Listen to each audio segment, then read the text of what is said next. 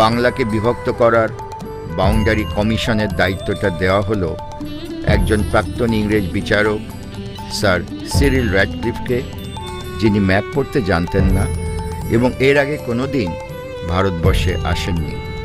জাতি আর সম্প্রদায় এক জিনিস নয়। ভারতের মুসলমান সম্প্রদায়কে একটা জাতি হিসেবে চালানোর জিন্না দ্বিজাতি তত্ত্বের ধারণাটা যে কতটা ভুল ছিল তা 1971 সালে বাঙালি জাতির পাকিস্তান থেকে বেরিয়ে স্বাধীন বাংলাদেশ গঠনেই প্রমাণিত। কিন্তু জিন্নার অনমনীয়তা ও লন্ডনে বসে চার্চিল সহ ব্রিটিশ রক্ষণশীল রাজনীতিবিদদের নানা চক্রান্ত পাকিস্তান সৃষ্টি তথা দেশ বিভাগকে অনিবার্য করে তুলেছিল।